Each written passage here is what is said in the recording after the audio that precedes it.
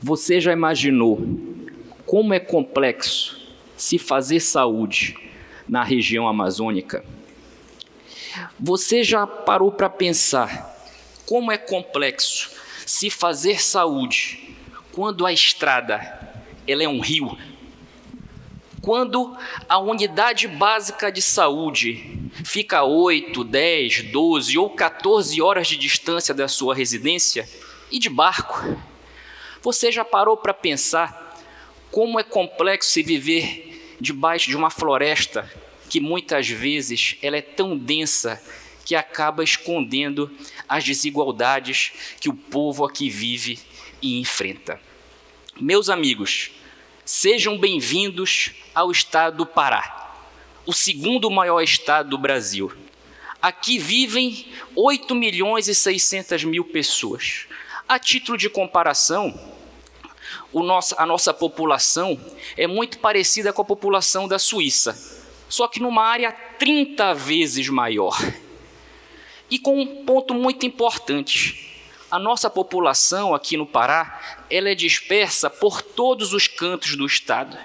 Se nós analisarmos, por exemplo, um comparativo com o Amazonas, a grande parte da população amazônica mora na região metropolitana de Manaus. Aqui no Pará é diferente, é gente por todos os cantos. Eu posso citar para vocês exemplos de densidade populacional. Aqui, a cada quilômetro quadrado, moram 6,51 pessoas. Se eu comparar com o Rio de Janeiro, por exemplo, ali vivem 366 pessoas por quilômetro quadrado. E aqui tem um parêntese muito importante. Esse povo todo, espalhado por todos os cantos do estado, ele vive dentro de aldeia indígena, vive dentro de quilombo, vive no leito de rios tortuosos, temos uma vasta população ribeirinha, e também vive em meio à floresta. Então, eu não preciso desenhar para mostrar para vocês como é complexo e difícil se ofertar saúde para esse povo que aqui vive. Bom, meu nome é Cipriano Ferraz, agora de me apresentar, sou médico, radiologista, também pós-graduado em terapia intensiva, e decidi dedicar a minha vida a estudar gestão e aplicar os meus conhecimentos aqui no estado onde eu nasci e me criei. Eu, aos 26 anos, fui militar. Comecei minha carreira militar, fiquei 5 anos na Força Aérea Brasileira, servindo no Hospital de Aeronáutica de Belém, e comecei a ser diretor de uma grande companhia de saúde aqui no Pará. Tomava conta de 220.000 vidas. Fiquei lá por 2 anos, saí, montei meu negócio e logo depois veio algo que ninguém imaginava, a pandemia. E eu fui convidado pelo atual governador do estado a, em meio à pandemia, assumir um cargo público como secretário de saúde adjunto do estado e ser o responsável por comandar toda a estratégia de saúde do Pará na pandemia. E era uma proposta para eu ficar 3 meses, depois 6 meses, acabou ficando 1 ano, e quando eu vi, já estava há 5 anos cuidando da saúde das pessoas. Nós precisamos raciocinar que no Pará um ponto é muito importante para a gente entender como é complexo o negócio aqui. 90% das nossas pessoas não têm acesso a plano de saúde. Se eu comparar com São Paulo, por exemplo, lá 41% das pessoas têm acesso a plano de saúde. Aqui no Pará, somente 10% das pessoas têm plano de saúde. Se eu for fazer um comparativo de médicos a cada 1.000 habitantes, a taxa aqui no Pará é a penúltima do Brasil. Nós temos 1,22 médicos a cada 1.000 habitantes. A média de Brasil, 2,8. Se eu for olhar para o Distrito Federal, 4,5 médicos a cada 1.000 habitantes. E não pensem que aqui os salários são ruins, não. Os salários são dignos. Mas as nossas distâncias nos implicam muito e dificultam nós fidelizarmos os profissionais nas áreas de difícil acesso do nosso estado. Eu vou falar para vocês de um município chamado Altamira. Quem é do Pará com certeza já ouviu falar, mas as pessoas de fora talvez não tenham noção que Altamira é o maior município do Brasil e o 3º maior município do mundo. 3 vezes o tamanho do estado do Rio de Janeiro, um único município aqui no nosso estado. Lá, nós temos 2 hospitais estaduais. Quando eu vou lá, eu pego um avião comercial, pouso em Altamira, visito o hospital e depois pego um avião bimotor e mais 2 horas de voo para um distrito chamado Castelo de Sonhos, que fica exatamente na divisa do Pará com o Mato Grosso, para ver o 2º hospital, no mesmo município. 1.000 quilômetros de distância dentro do mesmo município. 2 horas de voo dentro do mesmo município. Onde é que você tem isso? Se nós estamos no sul e sudeste fazendo saúde ou o que quer que seja, em 30 minutos de voo eu estou no estado vizinho. Aqui no Pará é bem diferente. Vos falo também de uma cidade bem próxima aqui de Belém, chamada Abaetetuba. Ela fica a 2 horas de carro, 40 minutos de barco. Lá vivem cerca de 150 mil pessoas. Metade dessas pessoas vivem na sede do município. E as outras 75 mil pessoas vivem divididas em 72 ilhas.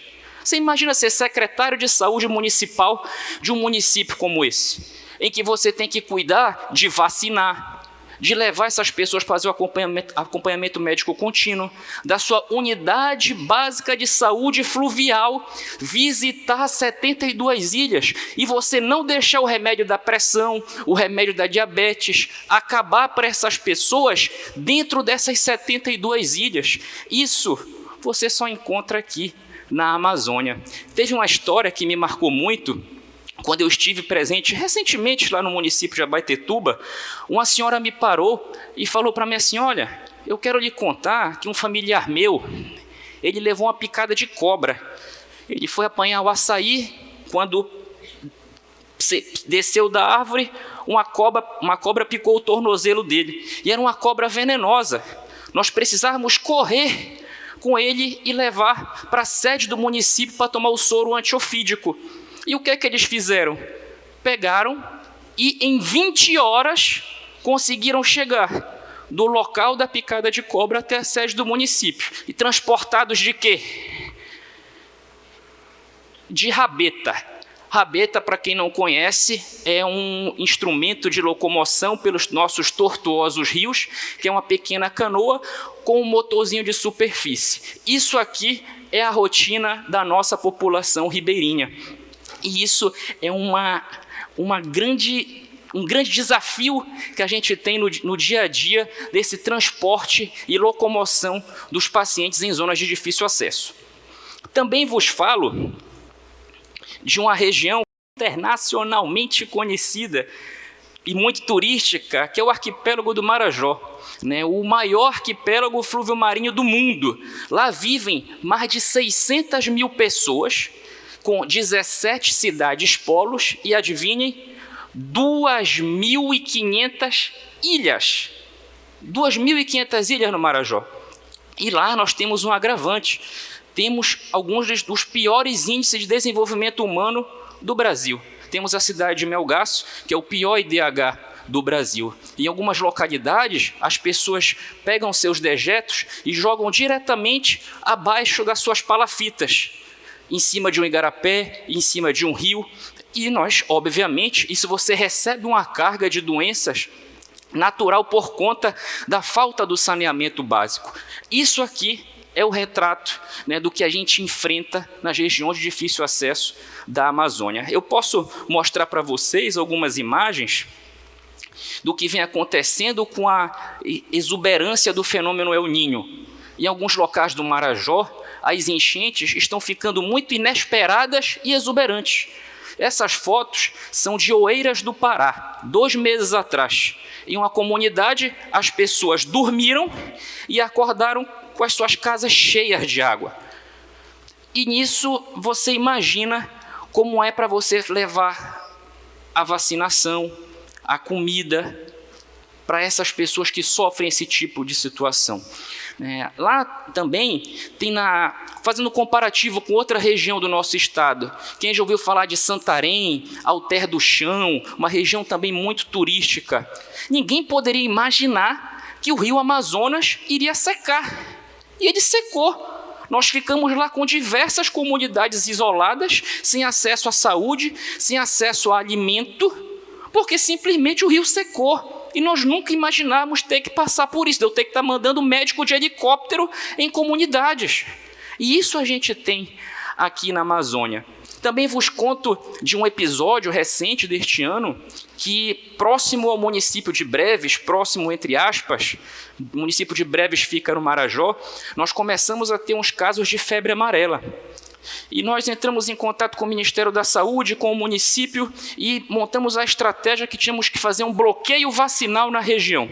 Tínhamos que fazer 20 mil vacinas em 30 dias. E nós fizemos. Só teve um único detalhe.